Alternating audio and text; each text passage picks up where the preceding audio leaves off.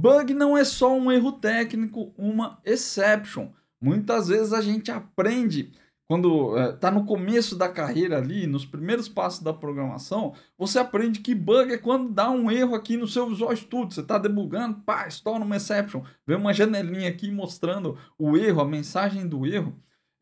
Não é só isso. A definição de bug é muito mais abrangente do que simplesmente a parte técnica. Como devs, a gente tende a enxergar muito a parte técnica, né? E levar sempre as coisas da programação, do trabalho do desenvolvimento de software, para a parte técnica. Então, automaticamente a gente relaciona as duas coisas. Mas não é só isso. Um bug é uma inconsistência. E o que é uma inconsistência? É quando o seu software ele tem um comportamento que é diferente do que é esperado. Se você está programando ali, está executando seu programa e ele dispara uma exception, é porque aconteceu alguma coisa que não era esperada, uma exceção à regra.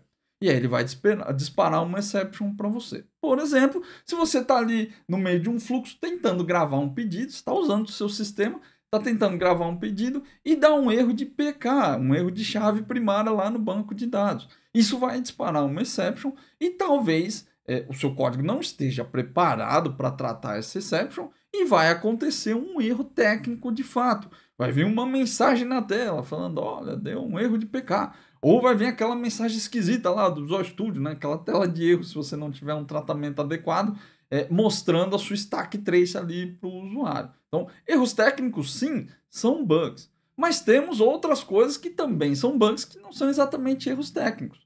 Por exemplo, erros de negócio. Se você tem um sistema que faz o cálculo de um imposto, sei lá, um imposto de importação, um imposto de renda, ou alguma coisa do tipo, e que você calcula o valor errado a pagar.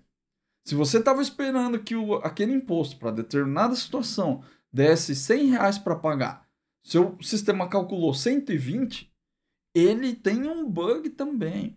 É uma inconsistência de negócio, né? É um comportamento diferente do que se esperava para o funcionamento. E veja que nesse caso não estourou nenhuma exception. Não deu um erro técnico na cara do seu usuário. Um outro exemplo é se você trabalha num sistema de reservas de pacotes de viagem, o seu sistema ele faz a reserva do voo, ele consegue se comunicar com a companhia aérea, mas ele não consegue fazer a reserva do hotel.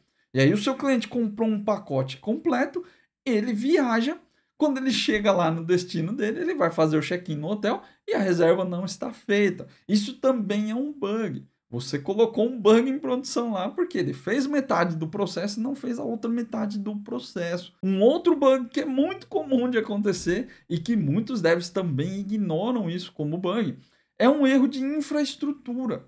Se, por exemplo, você já teve o desprazer de tentar comprar ingresso para um evento muito desejado, né, muito competitivo, por exemplo, uma final de campeonato de futebol, um show de um super mega star que vem aqui para o Brasil, você vai tentar comprar o ingresso lá e o site cai, porque ele não aguenta a quantidade de pessoas. Isso também é um bug.